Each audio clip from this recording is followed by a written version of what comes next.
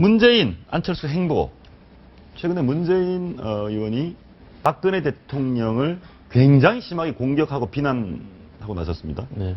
그 이유 뭐 사자방이라고 부르는 4대강, 그다음에 뭐 자원외교, 방산비리 이런 부분에 대해서 비유하면 박근혜 대통령도 같이 책임이 있다 하고 이제 같이 걸고 나선 거죠. 이명박 정부하고요. 근데 제가 이제 문재인 의원의 그런 어떤 일면 정치적 문제 제기가 뭐 부패나 비리 문제 제기는 뭐 타당하다고 볼 수 있겠지만 말을 하려면 저는 다 해야 된다고 봅니다. 유병헌 비리, 즉 세월호가 가라앉아서 해방 이후에 최고 사고라던 세월호 문제에 대해서 문재인 의원은 철저하게 침묵을 했어요. 그래서 자신들 정권에 불리한 문제는 침묵하고 자신들 정권이 얼마든지 때릴 수 있는 전 정권의 문제에 대해서는 목소리를 높이는 문제가 과연 옳은 것인가, 이런 문제 제기를 하고 싶습니다. 알겠습니다. 아무튼 그러면 문재인 의원이 박근혜 대통령을 어떻게 공격했는지 발언 강도가 상당히 셉니다. 한번 들어보시죠. 사자방 비리는 대한민국을 국제적인 호갱으로 만들고 국방의 기본을 무너뜨린 현 정권이 비호하려 든다면 우리는 두 정권을 비리의 공분관계로 보고 규탄하지 않을 수 없습니다. 대통령은 공약 파기와 주권 포기, 안보 무능에 대해 국민 앞에 사과해야 합니다. 유신헌법에 대한 논의를 금지했던 70년대 긴급조치 시대를 떠올리게 합니다. 상권 분립을 무시하는 독재적인 발상입니다. 저게 이제 그 뭐 야권이 왜 이래 됐냐 했을 때 강준만 교수는 싸가지, 뭐 예. 그다음에 뭐 콘텐츠 없다, 진중근 교수는. 그러니까 콘텐츠와 싸가지가 없는 정당이 집권할 수는 없는 것이죠. 내용 뭐 사자원 문제 속중조사 필요하다, 국민들 대부분 공감할 겁니다. 그런데 표현이 공범, 규탄, 호갱, 긴급조치, 독재, 이게 지금 박근혜 정부를 비판한다 하더라도 이게 유신시대의 긴급조치 시대와 같다고 어느 국민이 생각하겠습니까? 그러니까 예.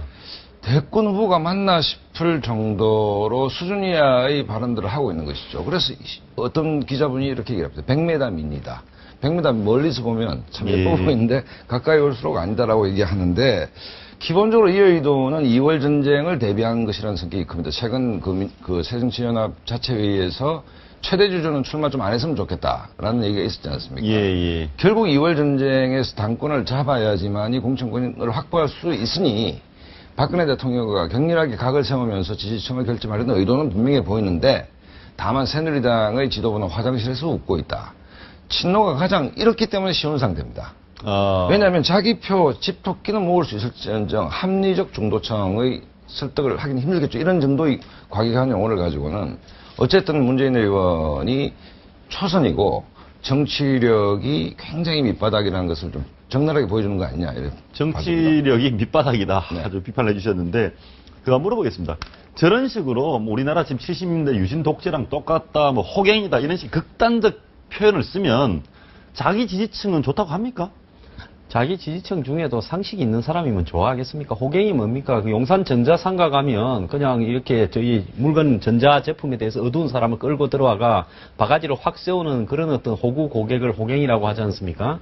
그냥 정치에 저렇게 호갱이라는 표현을 쓰고요. 대선 후보까지 하신 분이 더 나아가가지고 뭐 긴급조치니 유신이니 그 386에 그냥 교조주의적인 사고에 빠져서 화석처럼 80년대에 굳어있는 일부 386 신노 국회의원들 쓰는 그런 표현들을 대권주자가 쓰셔가지고 본인이 뭐 1월 달에 새정치연합에 뭐 이 대표가 되고 싶어서 그러시는지는 모르겠지만요. 문재인 의원이 유병헌 문제에 책임이 있다라고 그때 막 문제 제기가 많이 됐지 않습니까? 광화문 앞에서 단식을 할 때요. 유병헌이 부채 탕감을 받는 것이 문재인 의원이 비서실장을 할 때 노무현 정권에서 이루어졌어요.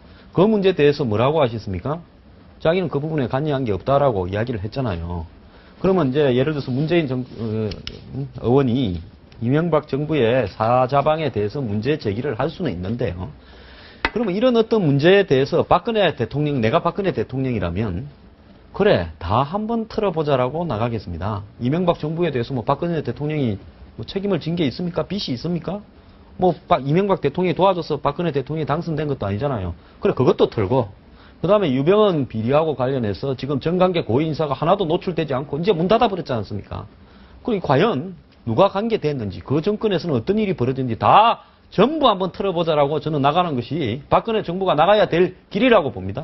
지도자가 이제 평의원이고 대권 후보를 지내셨기 때문에 자기 성찰을 전제로 해서 이제 언어를 좀 더 신중하게 사용해야 될 것 같고 방산비리 문제를 말씀을 하셨는데 많은 국방 전문가들이 이 방산비리가 좀 더 그 깊어진 이유에서 방산청 설립을 얘기합니다. 아, 방사청. 방사청. 방위사업청을 만들었기 때문에 오히려 더 비전문가들이 들어가서 이게 더 문제가 심각해졌다라고 얘기하는데 방산청 언제 만들어졌죠? 참여정부 때 만들어졌습니다. 아, 노무현 정부 때. 네. 그렇다면 최소한 그 국가를 경영하겠다. 또 한 야권의 최대 계파의 수장 정도 되시는 분의 발언이라면 자기 성찰이 전제가 돼야 되는 것이죠. 그다음에 어느 선택에 신중해야 됩니다. 이런 형태로 자기들 SNS에서 자기 진영끼리 주고받는 얘기를 문재인 후보 정도 되시는 분들이 막 내놓는다면 기본적으로 자기들끼리 마스터베이션은 될 수 있을지 모르겠지만 대다수의 국민들은 참 씁쓸하게 볼 수밖에 없죠, 이게. 알겠습니다. 사자방 관련해서 문재인 의원이 MB와 박근혜 대통령을 공범이다. 이렇게 이제 같이 엮어 넣으려고 하는데 그 전략은 유효합니까? 아니, 그러니까 국민의 눈앞에서 정치라는 게 국민이란 바다 위에 떠 있는 배 아닙니까?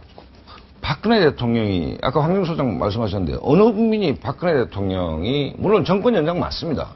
뭐, 맞지만, MB가 도와서 박근혜가 됐다라고 생각하는 국민이 몇 분 되겠습니까? 또한, MB 정부 내에 MB와 박의 관계가 어찌했습니까? 계속 하게 서 있지 않습니까? 그렇죠. 그렇다고 본다면, 디바이드 앤 룰을 하겠다. 전 정권을 치면서 현 정권을 괴롭히겠다는 꼼수상 정치 의도는 이해가 가나 이 역시 문재인의 그 어떤 정치적인 격에 비추어 본다면 좀 함량미달의 발언이죠. 함량미달의 발언이다. 이게요, 지금 여권 내부에 분열을 좀 도모하겠다 이런 효과도 있어요. 개헌을 놓고 친이 친박 간에 지금 대립을 하고 있지 않습니까? 반기문 사무총장도 등장하고 있고요. 이런 부분에서 예를 들어서 이명박 정권의 사자방에 대해서 박근혜 정부가 청산에 나서면 여권 분열이 될 것이고 나서지 않으면 한 대 싸잡아서 공격하니까 꽃놀이패라고 생각할 수 있겠죠. 근데 박근혜 대통령 입장에서도 꽃놀이패가 될 수 있습니다. 그러나 빚진 거 없으니까 이명박 정부에 사자방 조사해라. 그리고 오히려 그러면서 내가 개헌 노선에서 칼자루를 잡겠다. 사자방 조사하면 친이 세력이나 이명박 대통령 정부 때 주요한 역할을 했던 사람이 다 곤란해질 거 아닙니까? 그러면서 노무현 정권과 관련해서 유병헌 이 부채 탕감이라든지 특혜 부분에 대해서 한번 조사해보겠다 이러면 박근혜 대통령이요. 자신의 정적들을 다 제거할 수 있는 그런 어떤 명분도 될 수 있습니다. 그렇기 때문에 왜 저러는가에 대해서 저는 좀 의아스러운 부분이 있는데요. 결국은 이 부분이 사실은 박근혜 대통령이 청와대가 불감청이나 고소원할 수 있는 것, 즉 여권 내부에서 먼저 사자방을 갖다가 조사하자 이렇게 할 수도 없는 거 아닙니까? 내년에 선거도 없잖아요. 내년에 박근혜 대통령으로서는 이 여권 내부를 장악하기 위해서 뭔가 승부수를 던져야 될 텐데 문재인 의원이 절에 나와주면 시키지는 않았지만은 속으로 좋아할 수 있는 양상입니다. 그래서 지금 문재인 의원은 본인 계산을 하고 있겠지만은 예를 들어서 청와대나 이런 쪽에서 제대로 이 아이디어가 있다면 그냥 못 이기는 척하고 끌려가는 것도 방법이에요. 예. 그런데 일부에서는 그런 얘기합니다. 문재인 의원에게 당신 말의 진정성을 인정해주고 싶은데 그러려면 당권 욕심 포기해라. 그 얘기가 김철 교수가 이제 그렇게 얘기를 했죠. 예. 그런데 포기할 수가 없을 겁니다. 왜냐하면 문재인 의원은 본인의 정치적 역량으로 지도자가 되었다기보다는 친노가 부양한 사람이죠. 정치 경력이 일천하지 않습니까? 그리고 고작 정치판에 오자마자 대권 후보가 됐고 초선 의원, 의정활동 한 2, 3년 하고 있는 겁니다. 이게 전부 다 미천입니다. 그전에는 청와대 비서실장 변호사밖에 없는 것이죠. 인권 변호사. 그렇다고 본다면 친노에 의해서 떠있는 형국이다. 예. 그다음에 본인도 정치를 좀 해보니까 당권 좋거든요. 그 다음에 조금 더 역사를 거슬러 올라가면 이명박 정동영이 붙었을 때 역대 최다표 차이로 참패를 했습니다. 그 이후에 당 수습을 한 건 친노는 정치일선에서 물러갔고 예. 손학규입니다, 사실은. 친노들이 와신 상담 기다리다가 노무현 대통령의 서거 이후에 혁신과 통합 만들어서 마당만 좀 빌려달라 하다가 안방까지 다 차지했습니다. 그렇죠. 당권을 절대 안 놓겠죠. 그런 면에서 봤을 때 친노로서는 문재인을 활용해서 당권을 쥐고 다음 총선의 공천권을 또 확보하겠다는 그 의도에서 문재인의 활용 가치가 아직 있다고 보는 것이죠. 그런 측면에서 정치인 문재인과 친노의 이해관계가 좀 맞아떨어지고 있다. 하지만 친노를 확실히 장악하고 있냐? 뭐 별 그건 아닌 것 같습니다. 예.